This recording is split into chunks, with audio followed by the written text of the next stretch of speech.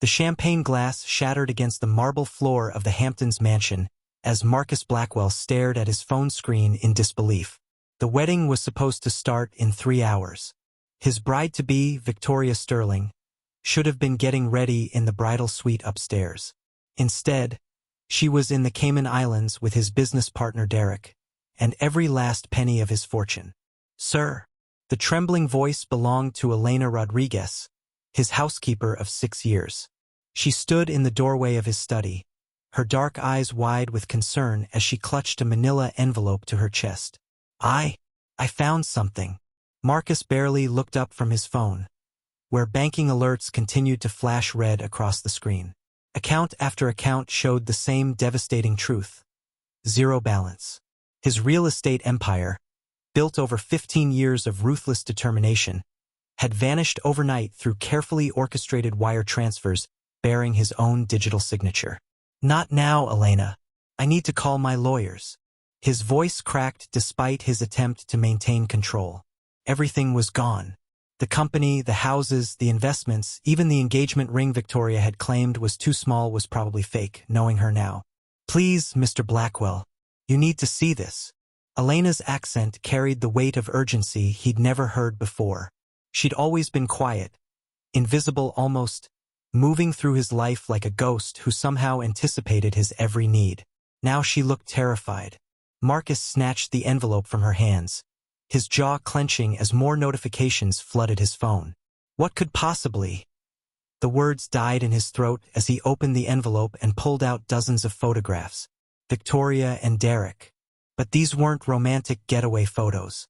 They were surveillance shots taken over months, maybe years. Victoria accessing his home office. Derek copying files from Marcus's computer. Bank documents. Forged signatures.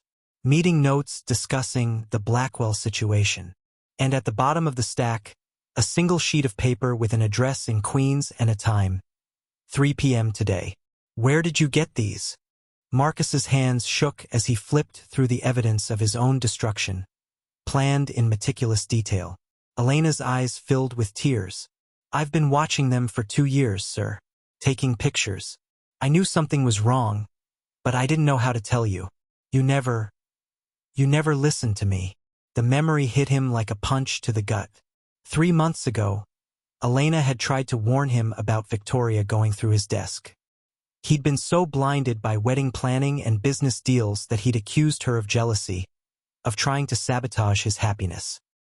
He'd fired her on the spot, shouting that she was just a maid who couldn't stand to see him with a woman of Victoria's caliber. "Elena, Marcus started, but she was already shaking her head. "I kept working, Mr. Blackwell, without pay. I knew you were in danger." She wiped her eyes with the back of her hand. "My cousin works at the bank. She told me about the transfers 2 days ago. That's when I found out about the meeting today." Marcus stared at the Queen's address. "What meeting?" "Victoria and Derek. They're meeting with someone called the broker. My cousin." She heard them talking about finalizing something, about making sure you could never recover. The room spun around Marcus as the full scope of his nightmare became clear. This wasn't just theft, it was systematic destruction. They weren't content with stealing his fortune. They wanted to ensure he'd never be able to rebuild. But why? And who was the broker? "Elena, why are you helping me? After what I did to you?" "Because you're not a bad man, Mr. Blackwell. You're just lost." Her voice was steady now, resolved. "And because nobody deserves what they're doing to you." Marcus checked his watch. 1:30 p.m. If Elena was right, he had 90 minutes to get to Queens and confront whatever was waiting for him there. But first, he needed answers. "Tell me everything you know about this broker person." Elena hesitated, then pulled out her phone. "I followed them once, to a restaurant in Manhattan. The broker, it's not what you think." The photo on her phone made Marcus's blood run cold. Sitting across from Victoria and Derek in an upscale steakhouse was Judge Margaret Thornfield, the same judge who'd be overseeing his inevitable bankruptcy proceedings, the same judge who'd officiated his parents' divorce 20 years ago and awarded his mother nothing in the settlement. "My God," Marcus whispered, How long has this been planned? I think since you were children, sir. I found this too. Elena handed him another photograph, this one older and grainier. A teenage Victoria stood next to a woman who looked exactly like Judge Thornfield. I had a friend at the courthouse check. Victoria Thornfield legally changed her name to Sterling when she was 18. The room tilted. Victoria wasn't just his fiancée. She was the judge's daughter. The judge who'd destroyed his family. The judge who would now oversee the destruction of everything he'd built to escape that poverty. It was never about love, Marcus realized aloud. This was always revenge. Elena nodded grimly. Your father's construction company built the courthouse addition in 2001. There was a scandal about cost overruns, bribes. Judge Thornfield's husband lost his job over it. Your father was never charged. But they blamed him anyway. Marcus finished. The pieces clicked into place with sickening clarity. His father's company had gone under 2 years later, not because of market forces, but because of systematic sabotage. Contracts mysteriously canceled. Permits denied. Banking issues that seemed to follow him everywhere. Marcus had clawed his way out of that poverty, built his empire from nothing, never knowing that the same family was watching, waiting for the perfect moment to strike back. We have to stop them, he said, grabbing his car keys. If they're meeting at 3. Sir. Elena caught his arm. There's more. She handed him a final photograph. This one showed Derek and Victoria outside a small apartment building in Brooklyn. Through a window on the 3rd floor, Marcus could see an elderly man in a wheelchair. That's your father, isn't it? Elena asked softly. Marcus's vision blurred. His father, who he'd thought was living in a comfortable assisted care facility paid for by Marcus's monthly checks. His father, who hadn't spoken to him in 5 years because of a fight about accepting charity. They found him 6 months ago, Elena continued. Derek's been visiting him regularly, pretending to be your friend, getting information about your business, your plans, your fears. The cruelty was breathtaking. They hadn't just stolen his money. They'd manipulated his dying father, used the old man's love and guilt against his own son. Marcus's phone buzzed with a text from Victoria. Sorry, darling. Had to step out for a spa treatment. See you at the altar. 2 hearts. The altar where she'd planned to complete his humiliation in front of 200 guests before disappearing forever. Elena, Marcus said, his voice hardening with purpose. How do you feel about playing a long game? At exactly 3 p.m., Victoria Sterling Thornfield pushed through the door of Sal's Diner in Queens, her designer heels clicking against the checkered linoleum. Derek was already there, sliding into a corner booth across from Judge Thornfield. Victoria had changed from her wedding dress rehearsal outfit into jeans and a baseball cap, but her predatory smile remained the same. Is it done? Judge Thornfield asked without preamble. Every last penny, Derek confirmed, pulling out his phone to show transfer confirmations. The man's broke. By Monday, the bankruptcy filing will be automatic. And with you overseeing the proceedings, he'll lose everything, Victoria finished with satisfaction. Just like his father did. None of them noticed the elderly janitor mopping the floor nearby. His back turned, but his phone clearly recording their conversation. 23 years, Judge Thornfield said, stirring her coffee. 23 years I've waited to watch that family fall. What about the wedding? Derek asked. 300 guests are going to be waiting at the venue. Victoria laughed. Let them wait. Marcus will figure it out eventually. The humiliation will be delicious. The janitor stopped mopping and turned around.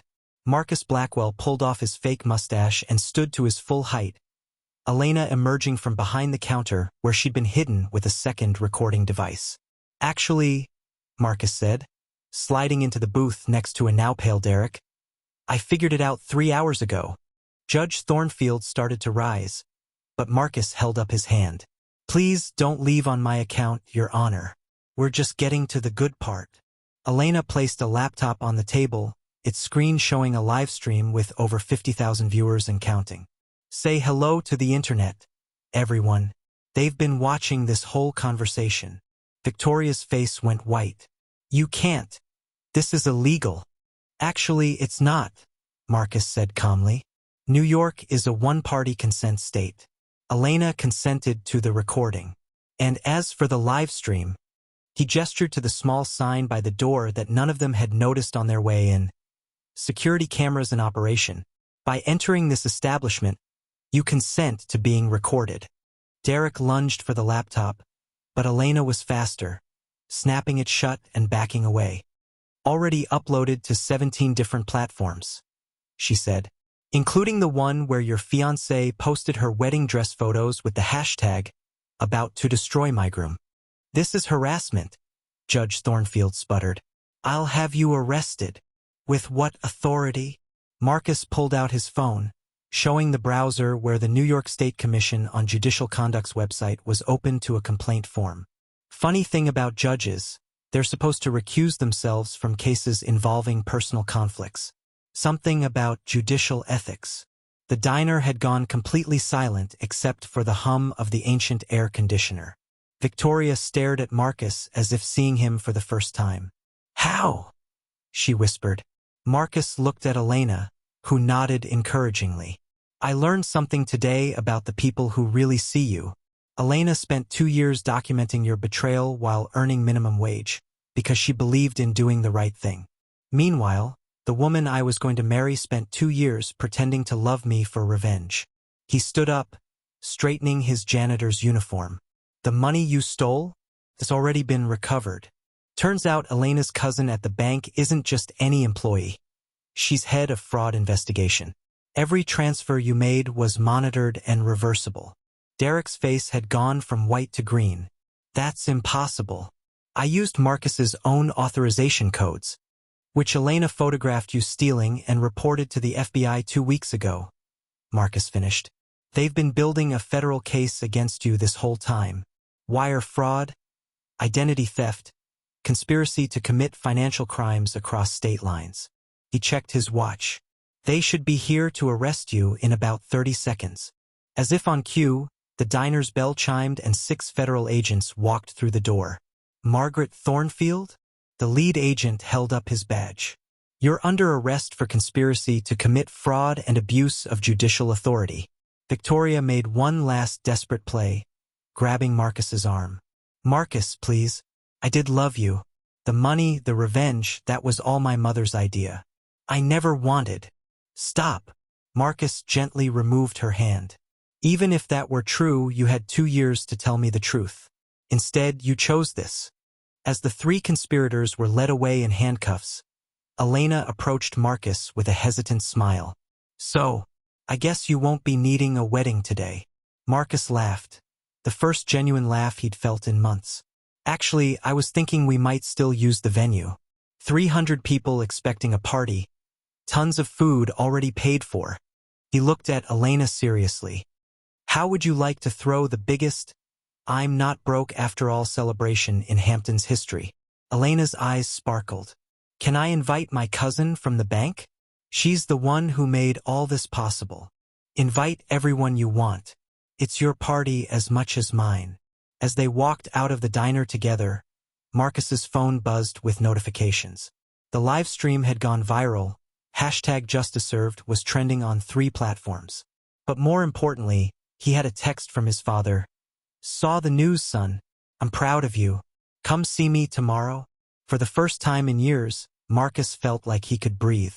Elena, he said as they got into his car. I owe you more than I can ever repay. She shrugged, buckling her seatbelt. Just promise me one thing. Anything.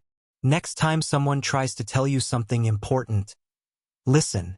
Marcus smiled, starting the engine. Deal.